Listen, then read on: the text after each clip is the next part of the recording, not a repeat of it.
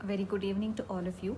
I welcome you all to the ICANN initiative, the Hindu and Indian Express analysis. So, we will start the day with the personality of the day. Today, I'll be talking about Rahibai Popere, and she is also very popularly known as the Seed Mother of India. She has won the Padma Shri Award in January 2020, very recently. So, let me share what her success story has been. She belongs to a village in Maharashtra, and she has taken up the initiative to conserve the native seed varieties and also protecting the farmers living in these drought affected Ahmednagar district. So, whatever native seeds she has been able to collect, these seeds are not just drought resistant but they are also disease resistant. And they also are able to retain the soil fertility well.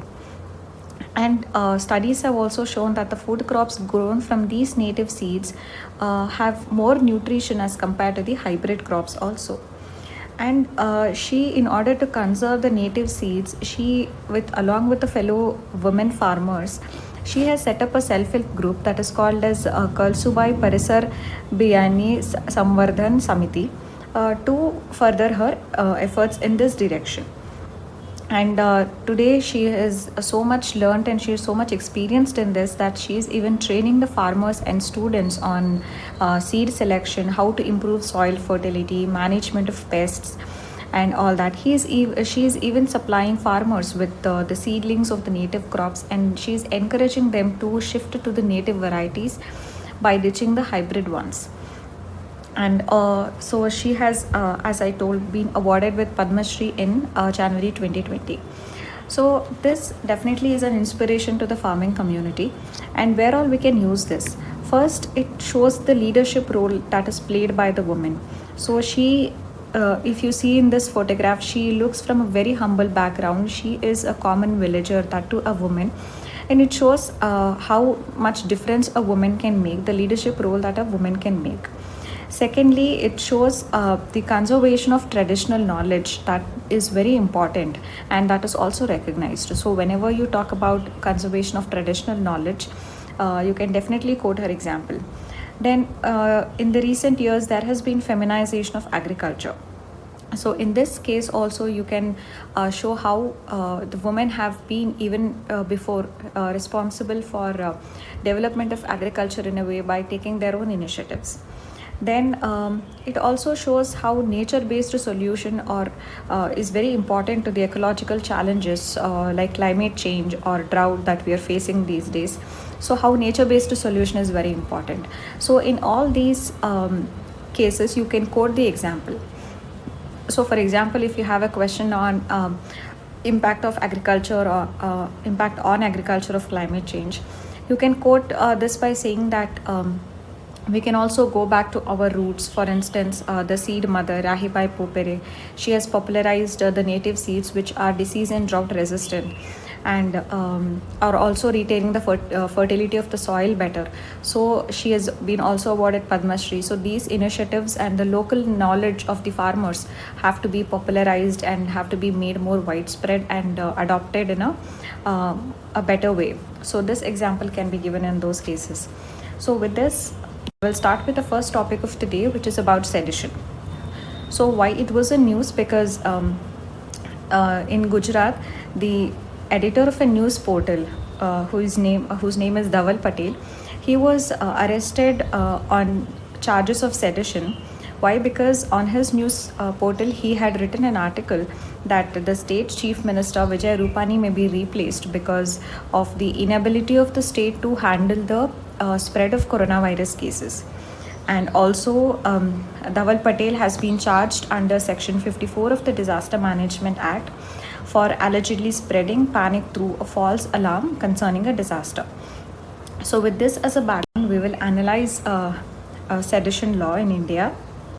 So, sedition law was introduced in 124A of the Indian Penal Code when the Britishers formed the Indian Penal Code by setting up the Macaulay Committee.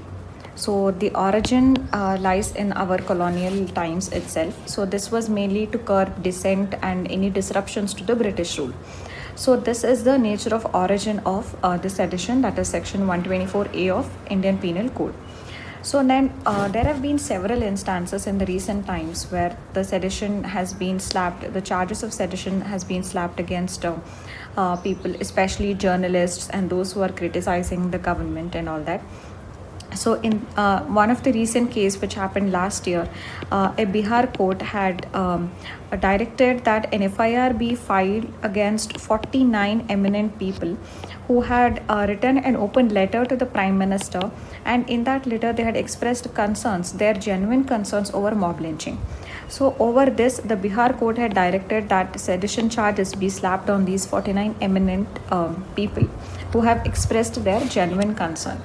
So in the recent, again during the COVID crisis, it comes to Dhaval Patel, and even in many other cases also, sedition charges has been slapped. For instance, one reporter in the Andaman was also slapped with the sedition charges because the reporter apparently quoted in the news portal that even those people who spoke to the corona affected people over phone, even they were also put under quarantine. So because of this reporting, the particular reporter was slapped with the sedition charges. So there have been several such instances. So now let us look at the basic definition of section 124A of the Indian Penal Code. So it broadly says that these words can be either spoken or it can be written on visual representation, or it could be also visual representation, so that attempts to bring any hatred or it excites disaffection. So these are very important words. It has to be quoted as the way it is. So hatred and exciting the disaffection towards the government that has been established by law. So in that case, it could lead to either life imprisonment and fine, or this imprisonment will be done whenever there is spread of hatred or a person who is exciting disaffection against the government that has been duly established by the law. So this is the basic definition of section 124A, that is sedition of IPC. So now let us look at some of the important Supreme Court cases on sedition and its constitutionality. The earliest such case was in 1962 itself, when it was the Kedarnath case. So in the Kedarnath case versus Kedarnath versus the state of Bihar case, Supreme Court told that the sedition law, even if it had a colonial origin, it is constitutional. It is not invalid. So that was what the Supreme Court held.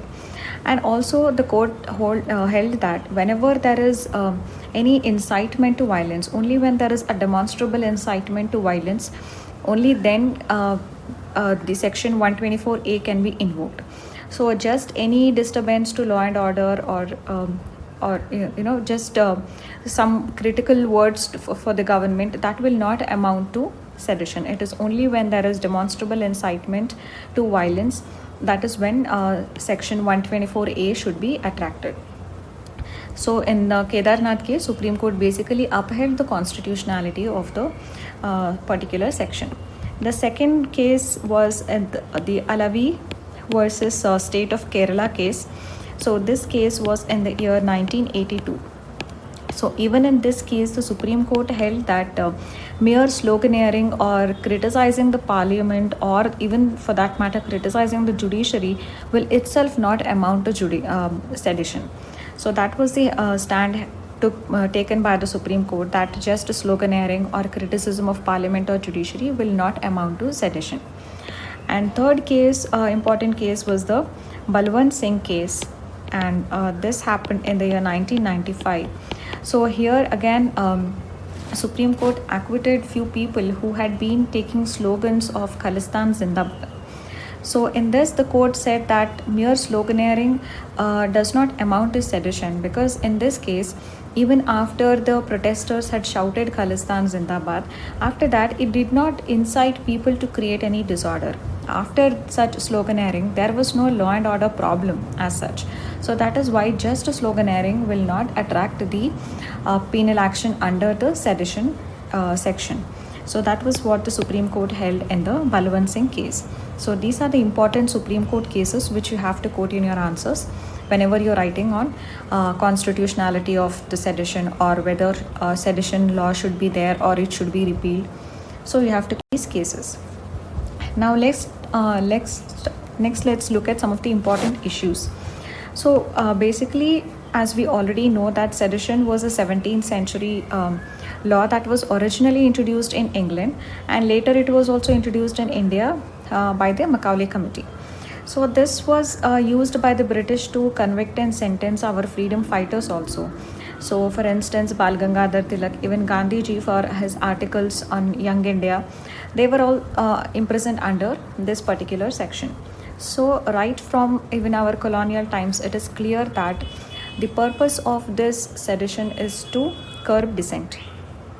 So that continues even to this day, that many of these sedition charges have been slapped on journalists or people who are outspoken and who constructively criticize the governments. So that is where this section has been most used. So this will curb the dissent. It is against Article 19 of the Constitution, which talks about the freedom of speech. And the court has also held that as part of Article 21, it also includes dissent. And even courts have been holding that such laws will have an effect of chilling effect on the freedom of speech. So this is also there. And also, whenever a person as a citizen is criticizing, that is a basic duty that a citizen has to do in a democracy. The person has to raise questions, there have to be debates, there have to be disagreements and challenges to the government's decisions. So that is when as a country as a whole can progress. So this is very basic to democracy. So this itself is being challenged by acts like the sections like section 124A. Also, we saw that the origin was in United Kingdom, but however more than 10 years before United Kingdom had already, where this law originated, it already repealed it. But even today we continue to have this colonial legacy. So this is another. So from this you can clearly see that in 2016 there were 35 cases of sedition, and in 2018 it became 70 cases. So which means there has been the number of cases have doubled. So this is the National Crime Records Bureau data of 2018. So whenever you are quoting this data, please quote NCRB, so that it adds authenticity to the data that you are quoting. So you say that the NCRB data 2018 says that the number of cases have doubled. So you can also show this as in the following type of representation. It was 35 before and it became 70 later. Also, another issue is that those people who say that sedition should continue to be there, they also say that they argue that there have been rising instances of hate speech, and it is very important that laws like sedition be there.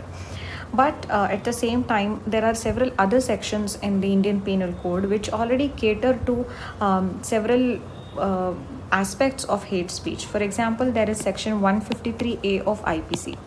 So 153A of IPC, it penalizes promotion of enmity between different groups on the grounds of religion, race, place of birth, and it penalizes any action that is prejudicial to the maintenance of harmony in the country. So there are already these kind of sections which can be used.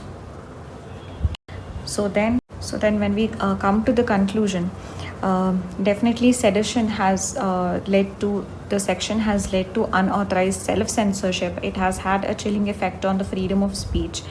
So it has also curbed our right to dissent. And also once the Supreme Court had observed that dissent is actually a safety valve in a democracy. So when people are allowed to voice out their concerns and voice out their differences in the opinion, that's when they feel that they do have a stake in the national development. So it acts as venting out of their frustrations that way. So it actually acts like a safety valve. So Supreme Court had observed that dissent is a safety valve in a democracy. So this has to be recognized by us. So this is very important, and therefore this philosophy, even if we look at our freedom struggle, the philosophy of dissent in democracy has inspired our freedom movement also. And even today, it defines our constitutional values. So therefore, the sedition law, definitely it has to, there is a problem of misuse, so therefore it has to be rectified by educating the law enforcement agencies, and we can make some modifications in it, like imposing penalties on the law enforcement officers who maliciously invoke sedition against journalists or members of oppositions, etc. So, and also instead of having some loosely put safeguards and guidelines that the governments give in an ad hoc manner, we could also possibly review the entire provision, because we know that it is outdated and there are several such outdated penal provisions. So they could be holistically reviewed, and then we can modify it according to the current nature of the society. So you can write this in conclusion. Now we go to the next topic, which is the DISCOMs. So this article basically explained the nature of what issues the DISCOMs have been facing in the country. So we will see. The first issue is that basically when it comes to DISCOMs or the power sector, first of all, let me tell you, I'm discussing about DISCOMs. So you can expect a question in GS paper 3, which talks about physical infrastructure like energy and power, transportation, roads, railways, and all that. So in that, you can expect a question on the issues that the DISCOMs are facing. So when it comes to the power sector, on the one hand, you have the power generation. So there are many private entities who are involved in the power generation of power, and then this is transmitted to the power. This is transmitted to the DISCOMs, and these DISCOMs in turn distributed to the consumers. So this is the whole setup in the power sector. So the first issue is what happens, these DISCOMs will have to purchase the power from these power generators. So for this, they sign an agreement between the two, which are called as power purchase agreements. These power purchase agreements are usually long term in nature. So also when these DISCOMs are purchasing power from the power generators, they look into the demand scenario in the country. So if the demand for power is more, they end up agreeing to buy more power from the generators, and vice versa. So the Central Electricity Authority, it estimates the projected power demand that could be there in the country. More often than not, the CEA always projects a higher demand of power in the future. So the DISCOMs end up signing power purchase agreements, according to which they will be buying more units of power from the power generator. Why? Because the CEA has projected a higher demand for power. But that much of power is actually not drawn by the state at all. But the problem is that whenever power purchase agreement is signed between the DISCOMs and power generators, the DISCOMs have to pay two kinds of costs. One is the fixed cost and the other is the variable costs. So fixed cost is no matter how much power has been drawn by the DISCOMs, they have to pay some amount of fixed charge to the power generators. And variable charges, depending upon the power drawn, they also have to pay a variable charge.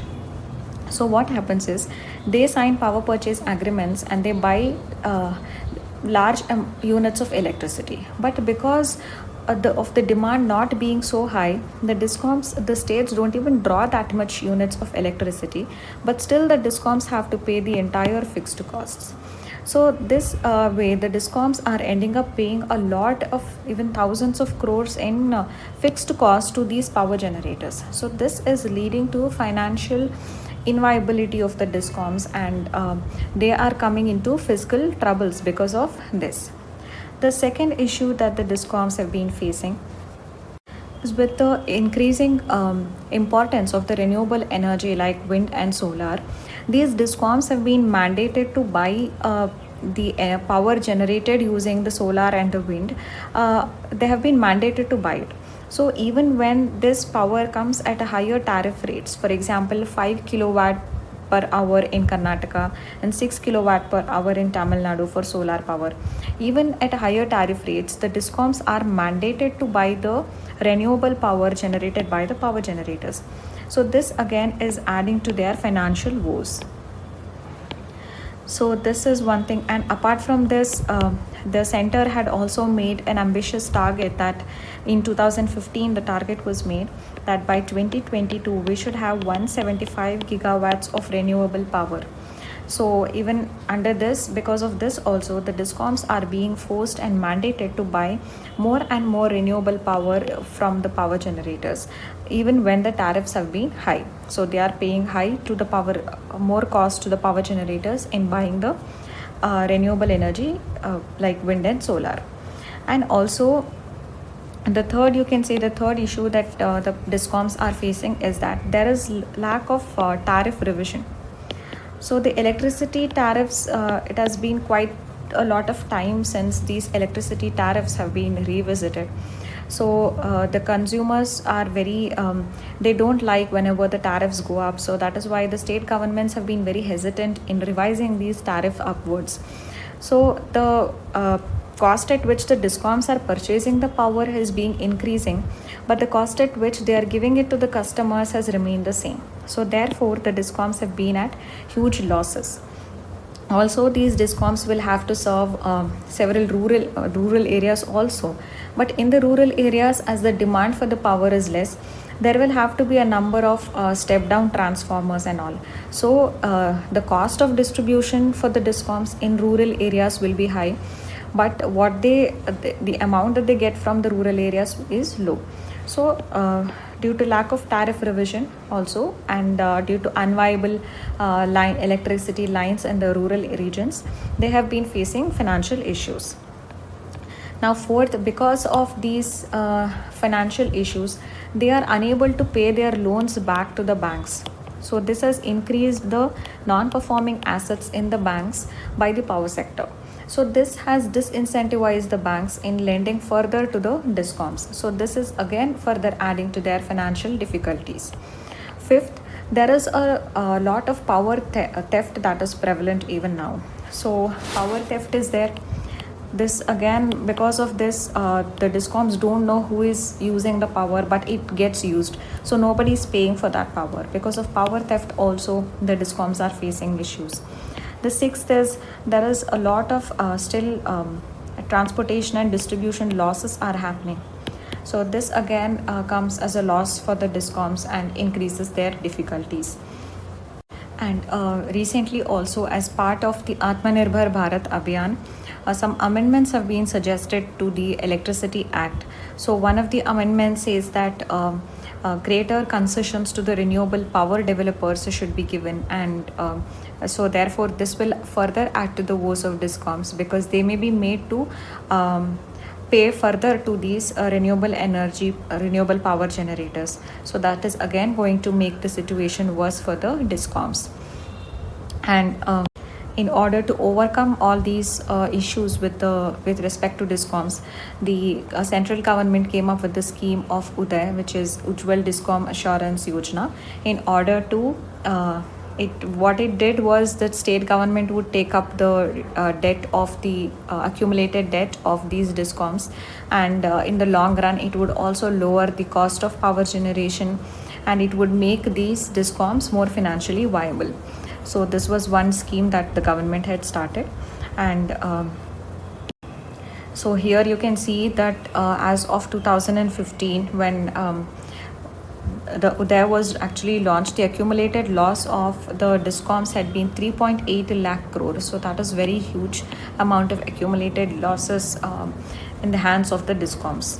So this data, you can use it in your exam. So this summarizes 6 to 7 issues you can quote to discuss the issues which the discoms have been facing. So now we'll go to the next topic, which is about the political funding. So a data by Association for Democratic Reforms, ADR, which is an NGO, it says that more than half of the income of 23 regional parties, it shows that 54.3% of the total income of these 23 regional parties has come from unknown sources. So in these unknown sources, more than 90% has come from the electoral bonds itself. So unknown sources means it could either come from electoral bonds, or it could be through anonymous donations of less than 20,000 rupees. So So therefore, you can see that more than 50%, that is 54.3% of the income of 23 regional parties have come from unknown sources. So this shows that there is a lack of transparency when it comes to electoral funding in India. That is the whole issue. And also the ADR has recommended that since a very large percentage of income of the political parties cannot be traced to the original donor, that is, the large part of the income of political parties are anonymous in nature, full details of all the donors should be made available for public scrutiny through the Right to Information Act.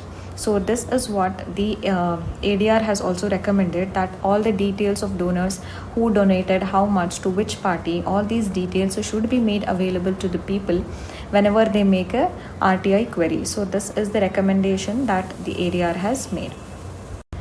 So this is the data. This is again the data by ADR itself. So for a period of 10 years from 2004-5 till 2014-15, the income of the political parties, the seven national parties were analyzed, and it was found that 69% of the parties' incomes come from unknown sources. So this shows that there is so much of secrecy and opacity when it comes to electoral funding in India. So 69% of the funds came from unknown sources. So now we will discuss the question that I had asked yesterday. So the question I had asked was, is human challenge for COVID vaccine ethical? So firstly, you will start by telling that WHO has itself given a green signal to the COVID-19 human challenge trials, but it has also recognized that it is ethically sensitive research that is going on, and what is involved in this, that involves injecting an infectious pathogen into the human volunteers so as to test the vaccines on them whether it is effective or not. And why human challenge? Why? Because it helps to conduct trials more faster, and the results will be available more faster, and therefore the final vaccine development will be more faster. So given the widespread nature of COVID and the number of people, the death toll and the number of people being infected across the world, so this that speedy discovery of a vaccine is extremely important. So of course researchers are divided when it comes to whether it is ethical or not, and so you have to support whatever is your approach, but then you also have to give both sides of the arguments, that yes, it is ethical, it is not, and then what is the conclusion, because there are some ethical aspects, there are some unethical aspects. So we have to recognize both sides of the issue. So why it is ethical? Because it shows that there is a utilitarian approach. Utilitarian approach says that there has to be maximum good for maximum number of people. That is any approach that is that maximizes the pleasure and minimizes the pain is ethical. So that is what is utilitarian approach. So therefore, in this case, whatever is being done is for the broader good. It is good for the humanity, and it could reduce the global burden of coronavirus related mortality and morbidity. So it is utilitarian. And second, it is done with the informed consent of the people. So people are not being tricked into this or lured into this, but an informed consent of the people is taken by explaining to them that what is being done to them, what could in the worst case scenario, what could happen to them, everything. So an informed consent is got by them. Then thirdly, WHO has recommended these trials, and this is a more scientific approach. So it is a scientific approach, and in this only healthy young adults are being taken who are at relatively lower risk of catching the disease. So the metric that is used in selection of the adults also matter, that young adults who are less prone to infections, who already have a good immunity, are being selected so that they have a lower risk of infection if at all they get infected. So that is also one precaution that the WHO has already taken. And also The fourth thing is that the entire trial is conducted under a proper care, precautions, and experts' observation. It is being done, so it is being frequently monitored. It is and following up for any infection, and also they would receive the best possible care whenever it happens. So all these precautions and constant follow-up is being done in order to minimize the loss. So in these respects, you can say that yes, it is ethical. But why it is not ethical? First is the means versus the ends. So Immanuel Kant says that human beings are ends in themselves and they cannot be the means to an end, because humans have the basic have to be given the basic respect and dignity. So when a human being is treated as a means to an end, that there will be a loss of dignity, and that should not happen. So even Gandhiji was of the view that the means should be as ethical as the ends. So in this, the end is that we want to discover a vaccine for a deadly virus, and that is ethical. But the means we are adopting is we are trying to infect healthy individuals with the virus. That may not be ethical. So the means adopted here may not be as ethical as the ends that we want to achieve. Just because the ends is ethical, it does not justify that even the means is also ethical. So here human beings are treated as means but not as an end in themselves. So it also compromises the right to life of people who are volunteering to be infected by the virus. And it is not informed consent. The informed consent, you cannot say. Why? Because nobody as of now knows what can be the consequences of this vaccine, because the nature of the virus itself has not been understood well. And also unethical because you are testing on a live human being. Rather, if we had some developed technology like stem cell technology on which you could test your vaccines, that would have been more ethical rather than testing on a live. And also it is possible that sometimes the poor people could be lured that if they participate in the trials, then they will have some perks associated with it, or so all that. Even some poor people who are not aware of all these things, so they could be misused by the researchers and experts to just pull them in and start trying the vaccines. So these are all some of the unethical aspects when it comes to the human challenge. But the conclusion, you can choose it either way, but just that you have to balance and justify that at the current state of conditions where the infection is spreading so rapidly, and it is going to spread rapidly and take toll of so many lives in the world. So it is very important that the vaccine is discovered at the earliest possible time. So for that, if some healthy individuals are being made to be infected by the virus, then that may be ethical, because that can save a lot of thousands of lives in the future, because vaccine may be discovered faster, and also because the a scientific approach is adopted in the selection of the individuals, the loss and the risks are going to be minimized. So that is because of all these things, you can say that it is ethical. But at the same time, we need to invest in future advanced technologies and reach a point at which we don't need to conduct trials on not just human beings but even animals. For that instance, we must be able to come out with some lab grown tissue cultured stem cell technology, where all the vaccines and drugs trials are done on them and not on human beings or animals. So this way you can conclude. So next is today's question: critically analyze the role of electoral bonds in promoting transparency in electoral funding in India. It's a 10-marker question for 150 words. So this forms a very important transparency in electoral funding is a very important aspect of electoral reforms in India. And electoral reforms, Representation of People Act is very much a part of your syllabus. So this is very important. Do try to answer the question. So that's it for today. Thank you.